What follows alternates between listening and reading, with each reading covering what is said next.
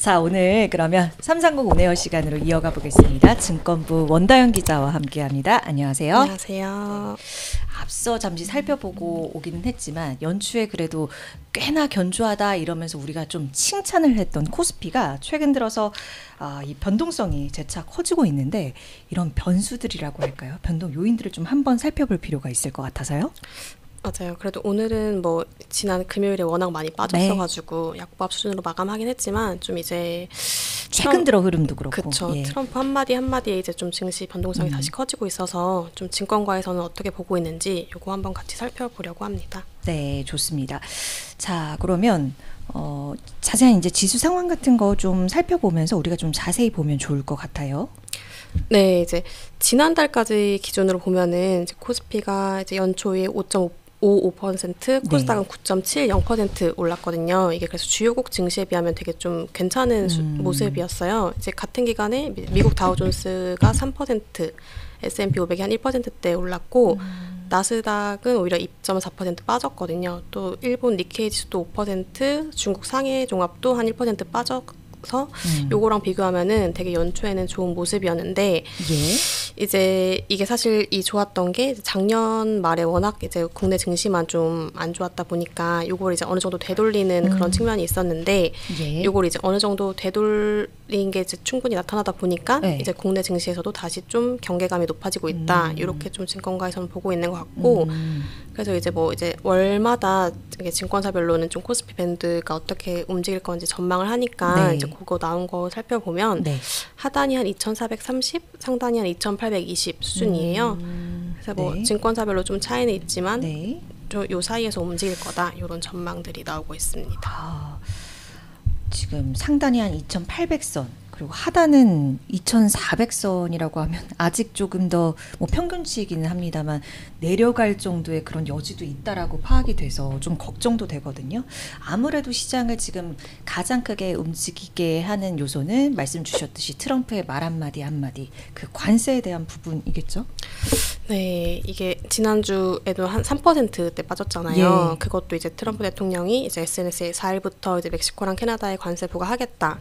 그리고 또 중국에는 추가로 10% 관세 부과하겠다. 이런 걸 밝히면서 이제 바로 이제 시장이 반응을 한 건데 이게 뭐 시장에서는 이미 트럼프 관세 리스크에 익숙해졌다. 이미 그 지수가 이걸 반영하고 있는 수준이다. 이렇게 말을 하더라도 트럼프 대통령은 또 이걸 예상을 띄엄는 돌발적인 조치들을 계속 내놓으면서 이제 불확실성을 다시 이제 키우고 있거든요. 특히 중국에 대한 10% 관세는 이게 지난달부터 이제 모든 제품에 10% 추가 관세를 부과했는데 거기에 또 추가로 10% 관세를 더하는 거여가지고 이게 이제 어제 이제 행정명령에 서명을 해가지고 이제 예고가 아니라 현실화가 됐는데 중국도 이제 오늘 오후에 보니까 이제 미국산 일부 농축산물에 10에서 15% 보복 관세 부과하겠다 이렇게 밝혔고 또 일부 미국 기업에 대해서는 전략물품 수출 통제 제재를 가하겠다 이렇게 바로 또 대응에 나섰더라고요. 또 캐나다도 이제 뭐 우리나라 돈으로 한 30조 원 규모의 미국 상품에 25% 맞별 관세를 놓겠다 이렇게 하면서 이게 거의 이제 관세 전쟁 우려가 거의 이제 현실화되고 있는 모습이거든요. 그리고 이게 또 끝이 아니라 이제 뭐 다음 달부터는 전 세계를 상대로 한 상호 관세를 부과하겠다. 요 일정도 또 트럼프가 다시 재확인을 했고요. 농산물에 대해서도 관세를 부과한다고 또 예고했고 그리고 뭐 자동차, 반도체, 의약품 이런 관세도 이제 이달 중에 발표될 예정이고 구리와 목재 수입이 미국 국가안보에 어떻게 영향을 미치냐 요걸 조사하겠다고 하면서 요거에도 이제 뭐 관세를 부과하겠다 이런 걸 좀 시사를 한 거죠. 그래서 아직 남아있는 게 많다 보니까 좀 이런 것들에 의한 불확실성이 이제 계속될 것 같고 이게 계속 이제 세계 시장을 흔들고 있는 모습인데 그래서 되게 이례적으로 이제 워런 버핏도 이 트럼프의 관세 정책에 대해서 비판적인 입장을 내놨더라고요. 그래요? 그 연휴 동안 이제 뭐 미국 방송이랑 인터뷰한 거에서 이제 버핏이 말한 걸 보면 관세는 어느 정도 전쟁 행위다. 경제에서는 이런 걸 하고 나면 이제 어떻게 될지 그거에 대해서 이제 생각을 해야 된다. 이런 식으로 좀 비판적인 입장을 내놨던데 특히 우리나라 입장에서는 좀 미국이나 중국에 대해서 이제 수출 의존도가 높잖아요. 근데 이제 이렇게 이제 또 관세를 부과하고 맞대응하고 이렇게 일기 때처럼 이제 미중 무역 전쟁 같은 상황이 다시 이제 발발한다. 그러면 이제 우리 경제에는 또 타격이 있을 수밖에 없으니까 좀 투자 심리도 흔들리고 있는 것 같습니다. 그리고 관세도 관세인데 3월에 또 다른 변수는 없을지도 체크를 해볼 요소일 것 같습니다. 맞습니다. 예. 또 이달 말에는 이제 공매도가 재개가 되잖아요. 이게 사실 지난 2023년 11월에 이제 금지가 됐어요. 네. 그럼 이제 벌써 1년 4개월이나 지난 건데 이제 1년 4개월 만에 다시 재개가 되는데 특히 이제 그 전에 이제 금지 전에는 코스피 200, 코스닥 150 지수에 편입된 350개 종목에 대해서만 이제 공매도가 허용이 됐었는데 이번 달 말에 재개가 될 때는 이제 모든 종목에 대해서 이제 허용이 돼요. 예. 그럼 이제 또 더 영향이 커지는 거고 이제 공매도가 이제 허용이 되면 사실상 이제 뭐 장기적으로는 유동성이 개선되고 또 MSCI 선진국 지수에 이제 편입이 되려고 해도 좀 이런 공매도 허용이 되어야 한다는 이제 그런 게 계속 있었기 때문에 좀 그런 부분에서는 긍정적인 효과들이 있긴 한데 단기적으로는 좀 변동성이 커질 수밖에 없거든요. 그래서 이제 이게 좀 증권가에서 분석해 놓은 것들을 보면 이제 과거에도 좀 공매도가 금지됐다가 다시 재개됐던 사례들이 한 3차례 정도 있으니까 그때 사례들을 보면 이제 재개 후에 단기적으로는 좀 PBR이 높은 종목들이 상대적으로 좀 부진했다 이런 분석들이 있거든요. 이게 PBR이 높은 종목 같은 경우에는 보통 이제 ROE도 높을 가능성이 큰데 이제 공매도 재개 직후에는 이런 좀 밸류에이션 높은 종목들이 좀 취약할 수 있다 이런 분석들이 나오고 있습니다.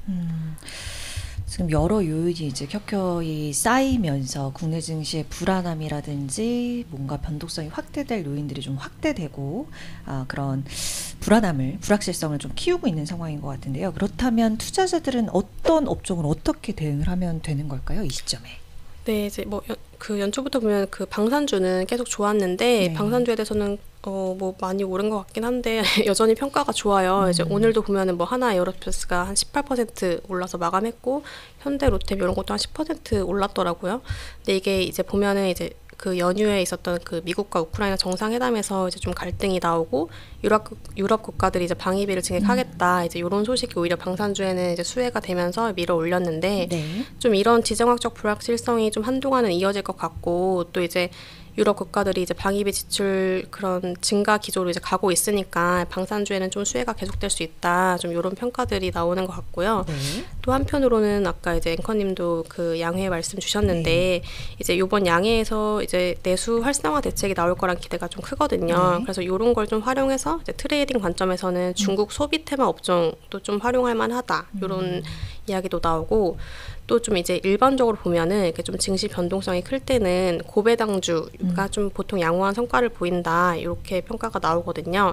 특히 이제 배당 기준일이 꼭 연말이 아니라 이제 바뀌었잖아요. 그래서 아직까지 배당 기준일이 오지 않은 이제 고배당주 같은 경우에는 그 배당 기준일까지만 짧게 보유해도 어쨌든 그 배당 수익률만큼은 버퍼를 가져갈 수 있기 때문에 좀 이런 걸로 변동성을 줄이는 데는 활용할 수 있다. 좀 이런 평가들이 나오고 있습니다. 그 기업들 뭐 우리가 좀 봐도 될 배당 수익률 그거에 초점 맞춰서 볼 기업들도 있나요? 네, 뭐 아직 배당 기준이 오지 않은 기업들 중에 이제 뭐 배당 수익률이 높은 종목들 이렇게 나래비 세워보면은 좀 시총이 큰 종목들 중에서는 뭐 DB 손해보험이나 기업은행 이런 종목들이 있고 또 시총이 조금 상대적으로 작은 종목들 중에서는 뭐 레드캡 투어 지역난방공사, 와이솔 이런 종목들이 있으니까 이런 것도 한번 살펴보시면 좋을 것 같습니다. 네. 어쨌든 오늘은 뭐 코스피가 약보합권에서 마무리가 되기는 했지만 사실 이 대외 불확실한 이 관세라는 요소 뭐 그 외에 3월 말에 재개되는 공매도라든지 여러 가지 이제 불확실한 요소들이 상존하는 가운데 이제 투자자들이 어떠한 투자 방식을 어떤 업종을 또 골라야 되나 이런 부분에 까지 오늘 원 기자께서 조언을 해주신 거거든요. 방산주 참 많이 올라서 저는 사실 지금 이렇게 계속 타이밍 보다가 못 들어가고 있는데 계속 저는 못 들어갈 것 같고 하지만 여전히 증권가에서는 호평이 나오고 있다라는 것이고요. 그리고 중국 양해 개최에 따른 내수 부양 체크에 따라서 이제 중국 소비로 관련해서 이어질 수 있는 종목군 그리고 마지막으로 여전히 이 벚꽃 배당을 노려서 고배당에 대한 그런 메리트를 갖고 있는 종목군도 좋은 투자의 전략이 될 수 있다는 말씀까지 전해주셨습니다. 자, 오늘은 증권부 원다영 기자와 함께했습니다. 고맙습니다. 감사합니다.